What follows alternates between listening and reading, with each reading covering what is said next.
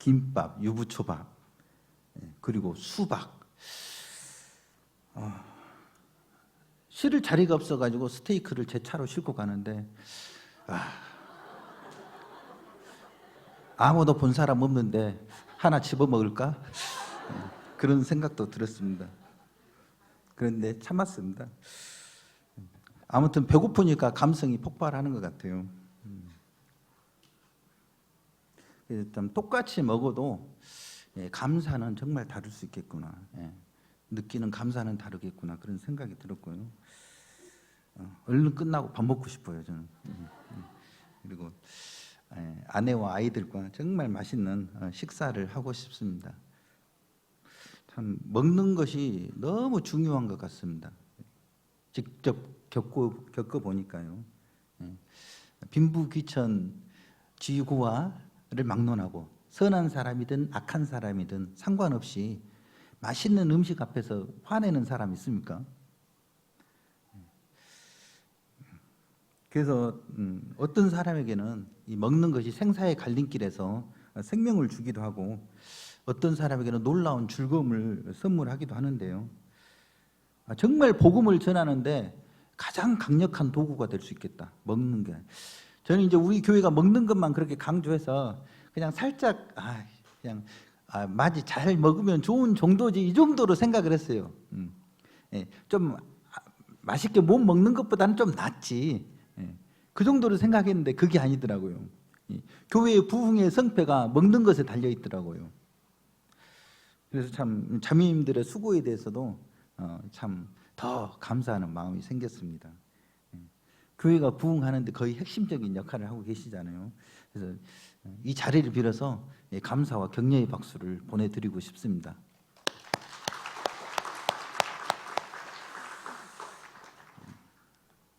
참 그런 것 같아요. 우리가 이런 부분은 좀 개선할 부분은 개선해야 되는 것 같아요. 항상 나오는 밥상이라고 해서 그걸 당연하게 생각하면 안 되잖아요. 감사를 잃어버릴 때 사람의 마음은 망가지기 시작하잖아요. 자기도 모르는 사이에. 정말 그래서 우리 저를 비롯해서 학생, 청년들 정말 애찬이 나올 때 정말 감사하는 마음으로 먹었으면 좋겠다. 왜?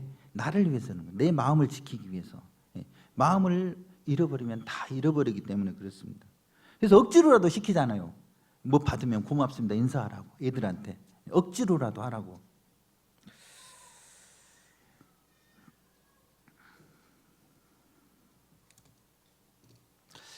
오늘은 이제 간증도 있고 해서 짧게 좀 복음 교제를 좀 하고 싶습니다. 화분이 두 개가 있습니다. 하나는 흙에 뿌리를 내리고 있는 화분이고요. 하나는 플라스틱으로 만든 화분이에요. 하나는 생명이 있고 하나는 생명이 없어요. 그래서 플라스틱으로 만든 화분이 진짜 화분한테 얘기합니다. 야, 똑같은 화분이 똑같이 생겼어요. 야, 너는 왜 그렇게 벌이 날아들고 나비가 날아들고 열매가 맺냐? 이거 생명이 있는 화분이 그런 거예요. 나도 몰라. 그냥 가만히 이렇게 뿌리 내리고 있으니까 오는 걸 나보다 어떡하라는 거냐? 참 신기하다고. 근데 사람은 구별을 합니다. 저 화분이 생명이 있는지 없는지. 마찬가지로 하나님도 마찬가지입니다. 사람들이 똑같이 발 딛고 살지만 생명이 있는 사람과 생명이 없는 사람을 완벽하게 구별해 내십니다. 그 기준은 무엇일까요? 예수님입니다. 그 안에 예수님이 있느냐 없느냐에 따라서 저 사람은 생명이 있는 사람, 저 사람은 생명이 없는 사람 그렇게 구분해 내십니다. 나는 쭉정이고 예수님은 알맹이입니다.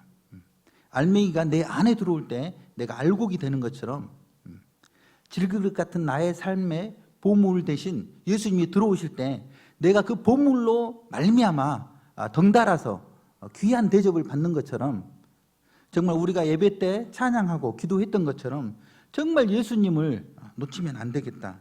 예수님을 항상 묵상하고 그분을 기념하고 그분의 인도하심을 받아 살아야겠다라는 그런 생각을 하게 됩니다. 예수님은 책 속에 갇혀 있는 교훈이 아닙니다. 무슨 말이냐면은 예수님은 공자님, 맹자님, 석가모니가 아니라는 뜻이에요. 그들은 죽고 교훈만 남았어요. 그래서 그 교훈이라는 것은 내가 지켜도 되고 안 지켜도 되고 내 마음인 거예요. 근데 예수님도 그런 식으로 생각하면 안 된다는 것입니다. 이 성경 속에 그냥 존재하는 교훈 정도로 생각하시면 안 된다는 겁니다. 예수님과 그들의 차이점은 예수님은 살아있다는 것이고 그들은 죽었다는 것입니다. 죽었기 때문에 나에게 큰 영향을 못 미쳐요. 내가 결정하면 돼요. 그런데 예수님은 살아계시기 때문에 그분이 친히 결정하시고 우리에게 말씀하십니다. 우리 심장에 말씀하실 때 들어야 되는 거죠. 성경에 있는 기록된 말씀으로도 우리에게 보여주시지만 실제로 살아계셔서 말씀하실 때 그 음성을 듣고 이것이 그러한가? 이 말씀이 정말 예수님이 말씀이 합당한가? 우리는 성경을 뒤져보는 것입니다. 예수님 말씀이네? 안심하고 즉각적으로 순종하는 것이죠.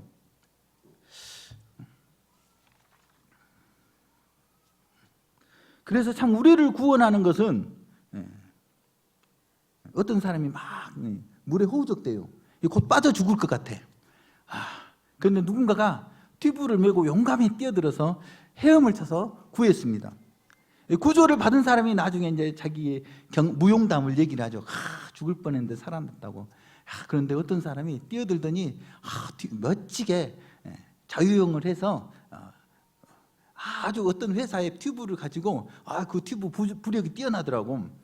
그렇게 해서 튜브를 잡고 내가 살아났어. 맞는 얘기인데 핵심이 빠졌어요. 구조자에 대한 감사가 빠진 것 같아요. 그 사람을 구원한 것은 튜브가 아니고 수영 실력이 아니고 구조자가 그를 구원한 거거든요. 그래서 구원의 원리나 이론에 집착하다 보면은 정말 나를 구원하신 예수님을 놓쳐버리는 경우가 너무 많은 것 같아요. 구원의 제 얘기를 하는 겁니다. 복음을 전하다 보면은 구원의 원리 이론을 잘 설명해요. 그런데 예수님은 오간 데가 없는 거예요. 그 이론을 이해했다고 해서 내가 구원받는 것이 아니고 구원자 대신 예수님을 내가 만났을 때 구원받는 거잖아요.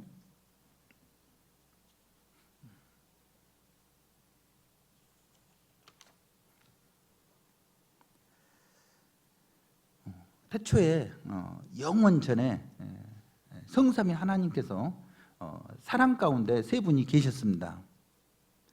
그러다가 천지를 창조하시고 또 사람을 창조하셨습니다. 사람을 창조하신 목적은 성삼위 하나님과 교제하며 사랑하며 영생 복락을 누리고 살려고 사람을 만드셨습니다. 그런데 사람에게는 선택권이 주어졌어요. 제 아들이 저한테 굉장히 불만을 토로할 때가 있어요. 아빠가 마음에 안 들어, 엄마가 마음에 안 들어, 이런 얘기를 할 때가 있습니다. 그런데 그 상황에서 제가 힘이 세고 제가 먹이고 입히고 재워주고 다 하잖아요. 뭐? 아빠가 마음에 안 든다고? 이놈 자식 봐라. 너 이리 와. 마음에 들어 해. 마음에 들어 해. 아빠 사랑해. 왜 사랑 안 해? 매를 두드려 팰 수는 없잖아요. 하나님도 마찬가지고요. 하나님 싫다는데 어떡하겠어요? 내가 싫으냐? 내가 뭘 잘못했냐? 그렇게 얘기하지 않을까요? 아담이 하나님 싫다고 떠났는데 어떻게 하냐 이거예요. 수갑 채워요? 수갑 채워가지고. 그래서 선악과를 만드신 것은 정말 인격적인 하나님의 모습인 것입니다. 그에게 결정권을 준 겁니다. 선택권을. 그런데 아담은 하나님 말씀을 듣고 하나님 말씀에 순종해서 살려고 결정하기보다는 자기 위치를 벗어났어요. 그리고 하나님을 대적했습니다. 내가 하나님이 돼야 되겠다. 하나님을 향해서 칼을 들었습니다. 반역했습니다. 배반했습니다. 하나님께서 아담이 살 수 있도록 모든 천지 창조를 하셨는데 이 지구가 하나님 살기 위해서 만드셨나요? 사람이 살아야 되니까 태양으로부터 적당한 거리가 필요하고 이 지구가 조금만 크면은 태양 속으로 들어갑니다. 조금 작으면은 태양 밖으로 밀려나요. 살 수가 없어요. 지구의 크기를 정하고 달도 마찬가지예요.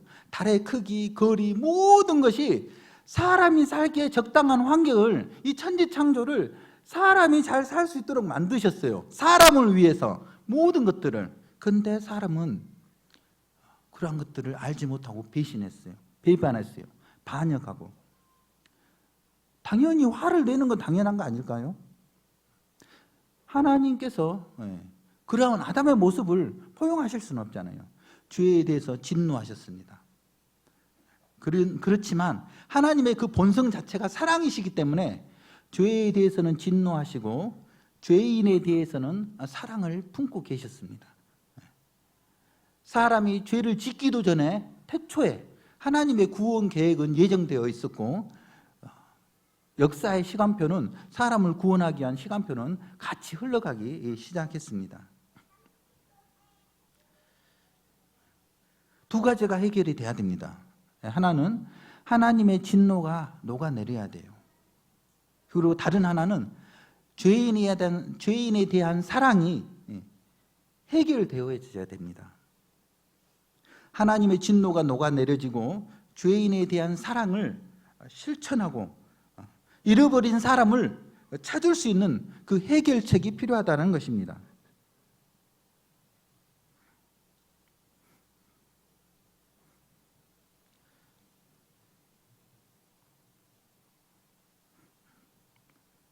하나님을 반역한 죄인의 모습은 어떤 모습일까요? 먼저는 하나님의 자리에 앉아 있다는 것입니다. 스스로 하나님이 되기로 결정했기 때문에 그렇습니다. 지금도 마찬가지예요. 하나님을 창조주, 구속주로 인정하지 않을 뿐 아니라 찾으려고도 하지 않습니다. 하나님께는 털끝만한 관심도 없고, 하나님께서 만드신 만물을 누리려는 데만 혈안이 되어 있습니다. 하나님은 사람의 종이 아닙니다. 알라딘 요술램프의 지니가 아니라는 뜻입니다. 하나님은 자기 이름을 위하시는 분이고 자기 영광을 위하시는 분입니다. 사람이 하나님을 찾지도 않고 경외치도 않는 것은 하나님께서 오랫동안 잠잠하며 기다리시기 때문입니다. 모든 것을 누리면서 이 모든 것을 주신 분이 누구일까 궁금해하지도 않고 찾지도 않는다는 것은 하루하루 멸망받기 위해 태어난 짐승처럼 그렇게 살아가는 것입니다. 그래서 하나님 없이 사는 사람은 동물 수준을 벗어날 수가 없습니다. 결국은 동물 수준으로 가게 되죠. 먹고 마시는 것으로 그냥 만족하게 돼 있어요. 동물이 그러잖아요.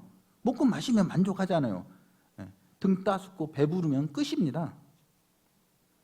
잘 먹고 잘 살기 위해서 전쟁이 일어나잖아요. 은행도 털고 강도짓도 하고.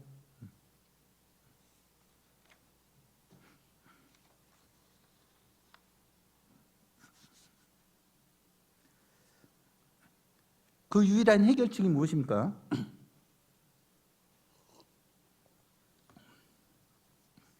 바로 예수님이십니다. 하나님은 거룩하시고 정말 흠이 없으시기 때문에 죄인이 하나님을 가까이 할 수가 없습니다. 사람의 말은 그냥 나가면 없어지잖아요. 그런데 하나님의 말씀은 그러니까 우리가 이렇게 성경을 볼 때는 좀 이성을 내려놔야 돼요. 이해하려고 덤벼들면은 망가지게 돼 있어요. 이해하려고 덤벼든다는 것은 하나님의 살아계심을 전제하고 있지 않습니다. 내가 한번 분석해 보겠다예요. 성경은 하나님 음성을 듣는 책이지 내가 분석하고 칼질하는 책이 아닙니다. 예수님은 말씀이 육신이 되어 이 땅에 오셨다고 하셨습니다. 그런데 하나님 안에 계신 말씀입니다. 사람의 말은 밖으로 나가면은 사라져요. 그런데 하나님의 말씀은 밖으로 나왔잖아요. 그런데 그 말씀하고 대화를 하는 거예요. 그 말씀 안에 인격이 있어요. 이걸 어떻게 이해를 하겠어요? 그냥 받아들여야지. 그래서 말씀이 육신이 되어 이 땅에 오신 분이 바로 예수님이십니다. 태초에 하나님과 함께 계신 제2위 하나님이 예수님이십니다.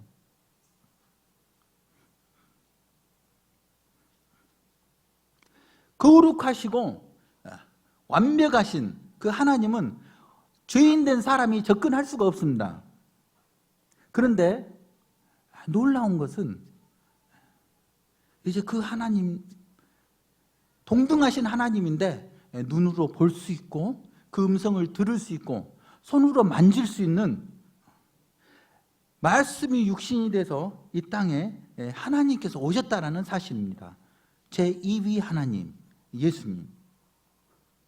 성경에서는 독생자라고 표현합니다. 우리 이해를 돕기 위해서 관계적인 용어를 사용한 겁니다. 실제로 하나님이 사람이 애 낳듯이 낳았다 그런 뜻이 아니고,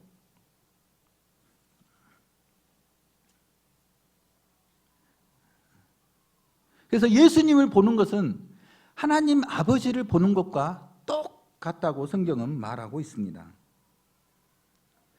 이제 하나님을 만지고 손잡고 눈으로 보며 같이 먹고 마실 수 있게 되었어요. 그런데 참 이상하게도 사람들은 그런 하나님을 알아보지 못했습니다. 내가 생각하는 그 모습이 아니었기 때문에. 그래서 사람들은 그 하나님을 십자가에 못 박혀 죽였습니다. 하나님의 호의를 짓밟았습니다. 예수님은 생명이십니다.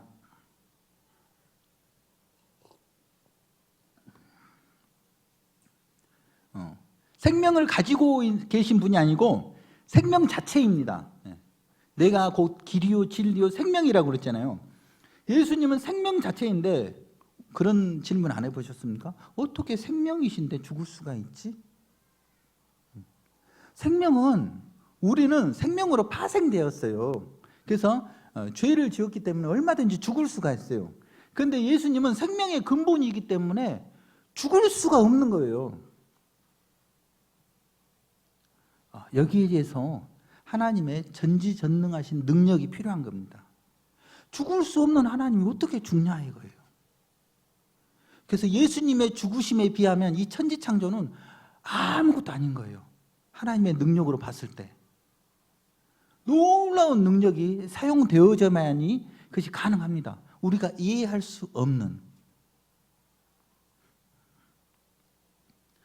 수학 천재가 있었습니다. 수학 천재. 얼마나 문제를 잘 푸는지 뭐 연필 될 것도 없어요.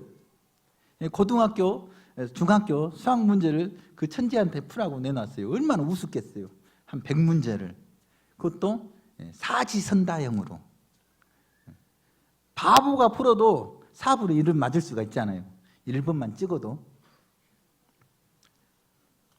그런데 이 수학 천재에게 주어진 미션은 그 문제를 다 틀려야 돼요.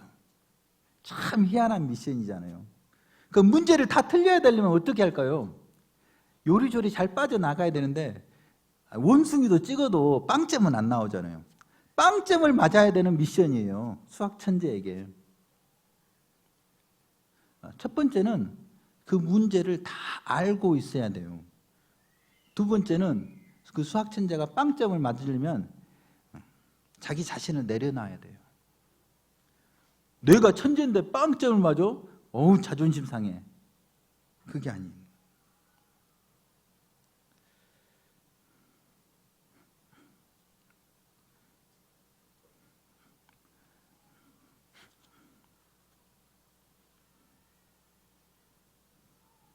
예수님의 죽으심이 바로 그런 의미가 있습니다. 누가 빼앗아서도 아니고 빼앗겨서도 아니고 스스로 그 길을 걸어가셨습니다.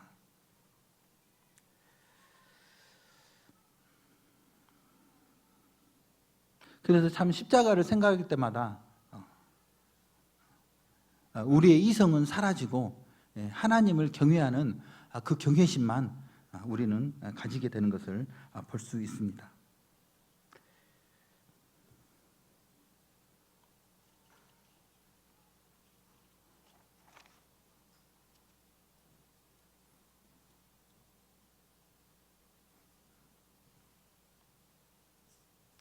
예수님은 스스로 죄가 되셨습니다. 하나님의 심판을 받기 위해서 인류의 대표로서 스스로 죄가 되기로 결정하셨습니다. 그래서 하나님께서는 그 진노를 예수님에게 다 쏟아 부으셨습니다. 아브라함이 이삭을 바칠 때는 하나님께서 급한 마음으로 그 제사를 멈추게 했습니다. 자기 아들은 살리지 못했습니다. 아브라함의 자식은 살렸지만 우리는 그런 생각을 하게 됩니다. 그럼 하나님께서 죄인을 그냥 용서하면 되지 않을까요? 어떤 조각가가 있었어요. 세계 최고의 조각가입니다. 세계 최고의 조각가니까 자기보다 수준 높은 사람이 없잖아요. 열심히 조각을 했어요. 한 10년 동안 완성을 했습니다. 거의 완벽해요. 그런데 이 조각가의 눈에 띄는 흠집이 하나 생긴 거예요.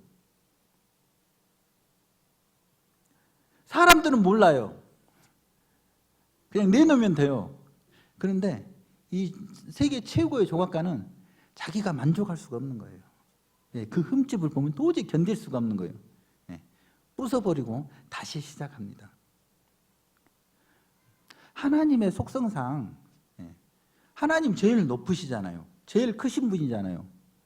내가 용서해 그러면 끝날 수도 있어요. 거기에 토를 달 수 있겠습니까? 피조물들이 어느 누구도 얘기할 수가 없습니다. 그러나 하나님의 그 거룩하시고 그 공의로우신 속성상 그것을 견딜 수가 없는 거예요. 하나님의 마음을 흡족하게 할 만한 해결책이 필요하다는 것입니다.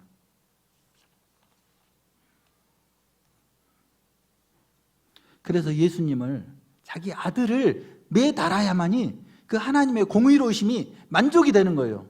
아, 이제 죄인을 용서할 수 있어. 이 정도면 내가 세상 사람들 용서할 수 있어. 그 진노가 녹아내리고 죄인과 화목될 수가 있는 것입니다. 그래서 하나님은 십자가를 통해서 죄에 대한 진노를 보여주셨고 죄인에 대한 사랑을 나타내 보여주셨습니다. 죄를 어느 정도 싫어하시냐면은 아들의 고통을 외면할 정도로 싫어하십니다. 사람을 얼마나 사랑하시냐면은 아들을 주실 정도로 죄인을 사랑하십니다. 그래서 십자가에 달리신 예수님을 보면서 우리는 한 가지 사실을 고백할 수가 있습니다. 하나님은 사랑이시다. 많은 이해할 수 없는 일들이 일어납니다. 하나님은 사랑이실까? 이 세상에 전쟁이 일어나는 것 좀 봐. 이 세상에 많은 불행한 일들이 일어나는 것 좀 봐. 하나님이 사랑이시라면 정말 이러실 수가 있을까? 어떻게 사랑이지? 그때 우리는 십자가 밑으로 달려갑니다. 가장 확실한 증거 앞에 고백할 수밖에 없습니다. 하나님은 사랑이시다. 하나님은 거룩하시다.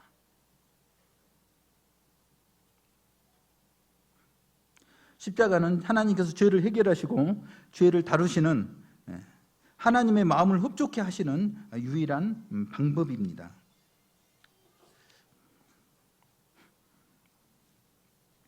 그래서 예수님의 보혈은 사람을 용서할 수 있는 하나님의 유일한 이유가 되시고 근거가 되십니다.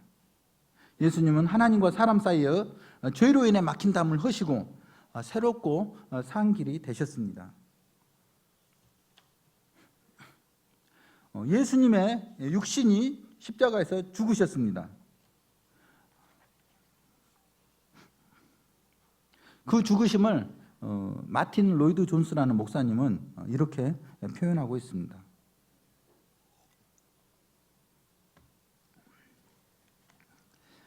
겟세마네 동산에 주님을 보십시오. 그 고뇌와 애통이 전하여 더 깊은 곳을 보십시오. 너무나 고통이 심하여 핏방울 땀을 흘렸습니다. 그는 나사로의 무덤에서는 그러지 않았습니다. 그의 영혼의 고뇌가 너무나 커서 그처럼 핏방울을 흘렸던 것입니다. 그러나 그것보다 더 나쁜 것이 있습니다. 그는 영원 전부터 아버지의 품에 계셨습니다. 성부, 성자, 성령이 같이 동등하시고 같이 영원하시고 썩는다거나 그렇다고 변화되거나 달라짐 없이 계셨습니다. 여기에 세상에 오신 일에 절정이 있습니다. 십자가상의 예수님과 그 위에서의 부르짖음을 들어보십시오. 나의 하나님, 나의 하나님, 어찌하여 나를 버리시나이까? 그 비통의 때에 우리는 그것이 얼마나 오랫동안 되었는지 모릅니다. 그는 하나님 아버지와 사실상 분리된 상태에 있었습니다. 그리스도와 아버지 사이에 영원히 존재하였던 영원한 교제는 깨어졌고, 그 가공할 순간에 그는 하나님의 사랑의 영역 밖에 있었던 것입니다. 나의 하나님, 나의 하나님, 어찌하여 나를 버리시나이까? 그것은 그가 죄와 사망의 체제로 자원하여 오셨기 때문에 있었던 말입니다. 그것은 그 비통의 순간에 하나님의 체제와 아버지의 교제로부터 완전히 잘려졌었다는 것을 의미합니다. 성경은 죽음을 두 가지로 얘기하고 있습니다. 우리 몸이 영혼과 분리되는 것을 첫 번째 죽음이라고 하고, 우리의 영혼이 하나님과 분리되는 것을 두 번째 죽음이라고 합니다. 하나님 대신 예수님께서 십자가에 못 박혀 그 몸이 죽으셨습니다. 그 영혼은 하나님과 분리되었습니다. 예수님께서 진짜로 죽으셨습니다. 죽은 척 하신 것이 아니고 정말 사망의 깊은 골짜기를 걸어가셨습니다.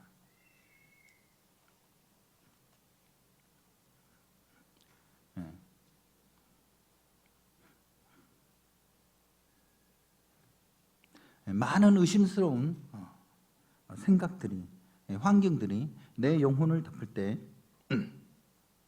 우리는 십자가 밑으로 달려갑니다. 많은 이해의 어려움이 있지만 한 가지 확실한 것은 하나님은 사랑이시다, 이 고백을 하는데 많은 것이 필요치 않습니다. 두 눈만 가지고 있으면 십자가에 매다신 하나님의 사랑을 발견할 수가 있습니다. 두 귀만 있어도 예수님의 음성을 들을 수가 있습니다. 다 이루었다. 바보라도 보고 믿을 수 있게끔 나무 위에 높이 매달아서 확실한 증거로 우리에게 보여주셨습니다. 이러한 사실을 믿지 않은 것만큼 잔인한 사람이 없습니다. 정말 잔인한 겁니다.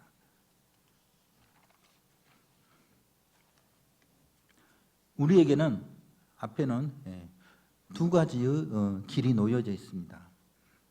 하나님은 사랑이시다 고백하고 무릎 꿇고 그분께 경배하든지, 하나님은 사랑이실까?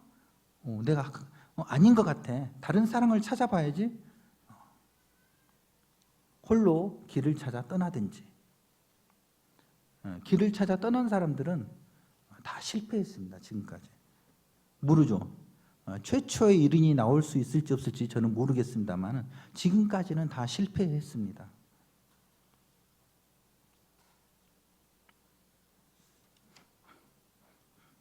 정직한 양심이 있어야죠. 산을 산이라 말하고 바다를 바다라 말하고 나에게 은혜를 베푸시러 주신 것에 대해서 감사한 것이, 그것이 칭찬받을 일입니까? 그건 정직해야 되잖아요. 그래서 자기 부모 공경하지 못하는 사람은요 제일 나쁜 사람이에요. 먹여주고 입혀주고 재워주고 다 하는데 뭐가 잘났다고 투정 부리고 뭐 안 사준다고 떼쓰고 징징거리고, 그렇게 대접받을 자격이 실제로 객관적으로 따져보면 있냐 이거예요.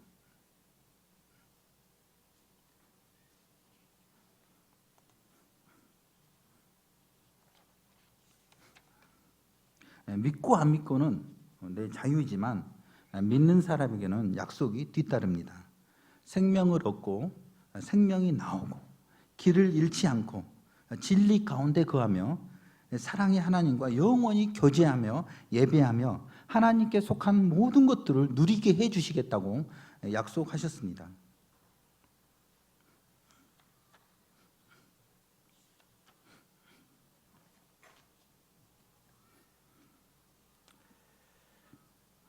그래서 하나님은 예수님 안에서 사랑과 하나가 되고 싶어 하십니다. 그래서 오늘도 우리는 그 예수님을 기념하고 묵상하고 예배를 드렸습니다. 모든 것을 우리에게 주셨기 때문에 오늘 하루도 우리는 모든 것을 드리기 위한 연습을 합니다. 예배하고 섬기고 연보하고 모든 것을 드리기 위한 우리의 한 발자국 믿음의 걸음들입니다. 우리 모두가, 저를 비롯해서 모두가 그랬으면 좋겠습니다. 이상으로 말씀을 마치겠습니다. 그런데 이제 이 준비하다 보니까 찬양이 너무 찬양으로 말씀을 잘 듣기 위해서 찬양을 준비하기도 하지만 말씀을 듣고 나서 정말 제대로 된 찬양을 부를 수 있구나 그런 생각이 들더라고요. 찬양 속에는 시와 찬미와 신령한 노래가 있잖아요. 그래서 신앙의 꽃은 찬양일 수도 있겠다. 뭐 순서를 매길 수는 없지만 아무리 잘 정리를 해도 이 찬양 한 곡을 따라갈 수가 없어요. 그 핵심적인 그 시적인 표현들, 어떤 사람도 그럴 수가 없을 것 같아요. 정말 찬양 한 곡 제대로 부르기 위해서 우리는 하루를 살아가고 그런 마음을 자세를 갖기 위해서 우리는 일주일을 살아가는 것 같아요. 그래서 찬양팀에게 찬양을 부탁을 했습니다. 오늘 내용이 들어가 있는 찬양을 좀 한 곡 불러달라고 이렇게 부탁을 했습니다. 그래서 찬양을 듣고 광고 듣고 그렇게 마치도록 하겠습니다. 기도하시겠습니다. 껍질뿐인 하나님께 버림받아 마땅한 죄인된 저 같은 인생에게 예수님을 보내주시고 예수님 안에서 영원히 하나님과 하나 되어서 함께 살 수 있는 놀라운 축복을 주셔서 감사를 드립니다. 하나님을 영원토록 찬양하길 원합니다. 예수님의 이름으로 기도했습니다. 아멘.